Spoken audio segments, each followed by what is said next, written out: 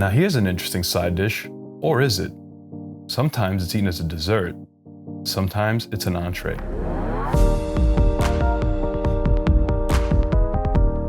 Hey friends, my name is George Gianaris. I'm a chef of 36 years, and if you're here, it's because you like to eat healthy, save money, and cook like a pro. Today I'm going to introduce you to a unique side dish. Some say that it may have found its roots in Turkey, but it's a traditional dish in the Albanian culture, kabuni.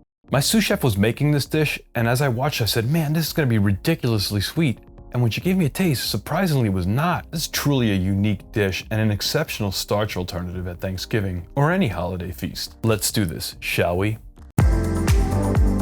Now to make this dish, you're going to need 56 grams or 4 tablespoons of butter, 50 milliliters or just shy of a quarter cup of oil, 300 milliliters or 1 1/4 cups of rice, 2 cups of water or stock, 259 milliliters or 1 cup of sugar, 2.5 milliliters or 1/2 teaspoon of ground cinnamon, and 259 milliliters or 1 cup of currants or raisins. Let's talk about the ingredients a little bit. I always use organic ingredients whenever possible, especially spices, because I feel that spices have a much better flavor when they're organic.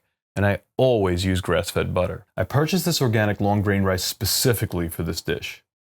You want to use a long grain rice. When they categorize rice by grain, short, medium to long, they're really kind of referring to the actual width of the rice rather than the length of the rice. For example, a short grain rice is something you would find in sushi.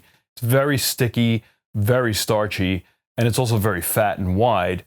When you move on to like a medium grade rice, you're talking about a rice that's more along the lines of arborio rice. And arborio rice is something you would find in risotto. Little less starchy, little less sticky. And when you're talking about a long grain rice, it's probably more something you're familiar with that you cook with every day. Not as starchy, not as sticky. Now I like to use this particular long grain rice because in length, it's not as long as a traditional long grain rice. To make this dish, you need a long grain rice, and it needs to be al dente. If the actual length of the rice grain is too long, it's too al dente and it's almost chewy. Traditionally, this dish is made with mutton stock, but I'm going to use water today. But feel free to use any stock that you like. This dish is made and eaten. It does not get refrigerated, so you don't want to make it too far in advance, especially if you're going to put a beef broth or a mutton broth in it. You can use vegetarian stock with that. That's perfectly fine. Like I said, I'm going to use water today. On medium heat, melt 28 grams or 2 tablespoons of butter. If you're serving this as a dessert, use a neutral oil like organic avocado. Otherwise, use a rich quality olive oil. There's a link above to a review I did on organic olive oils. Once your butter is melted, add your rice. Slightly toast the rice, then add your water or stock.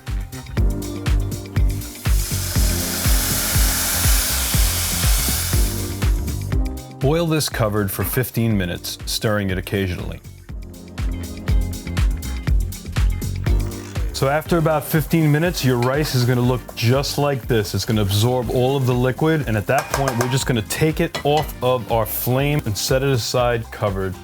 Now we're going to work on our sugar. On a low flame, you're going to melt 237 milliliters or 1 cup of sugar. This is where you really need to pay attention. You can't walk away from this. If this starts to brown and caramelize, it can overcook very quickly.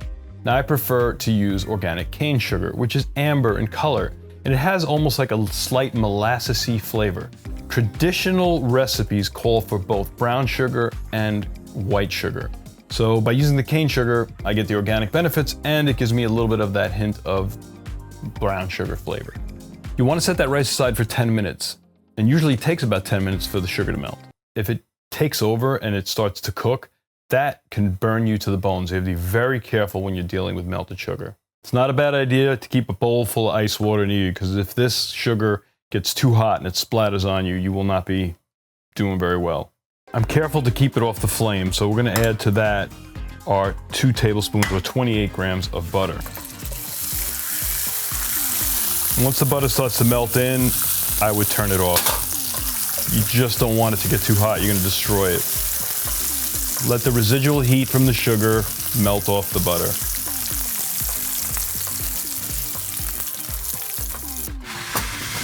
Right, this is going to cook onto itself, so now we're going to add it to our rice. This is when it could burn. You just want to add it to the rice slowly and stir it in.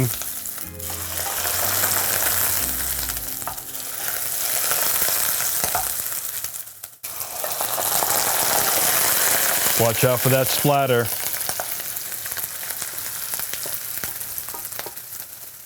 Then we add our half teaspoon of cinnamon, and then we're going to add a cup of currants. This needs to sit for at least 20 minutes or until the rice is at room temperature. I recommend that you use currants instead of raisins. They add like a unique tartness to the dish where raisins seem to be a little bit more sweet and less tart, and also they're loaded with healthy antioxidants. Last night I made duck wings confit, and I felt that it would go perfectly with the sweetness of the rice.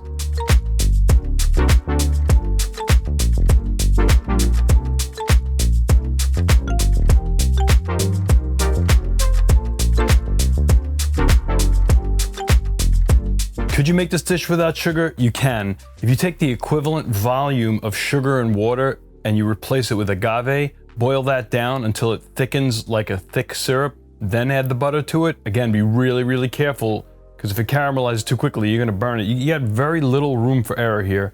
You could make it with agave instead of sugar. A little bit more challenging, but doable. Can you make this totally vegan?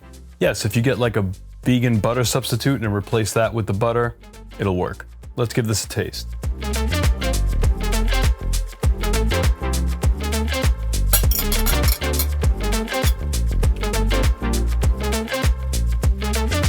Very tasty. The currants and the pistachios and the rice, a little bit firm, has a nice texture. The sweetness, the subtle sweetness goes perfectly with the duck. In all candidness, this sugar was overcooked a little bit. You gotta be super, super careful when you're caramelizing that sugar. You definitely don't want it to get burnt. This is a really, really delicious dish. I don't know how you're gonna try it, but when you do, please leave a comment down below. Show the love, hit that like button, subscribe. We'll see you again soon.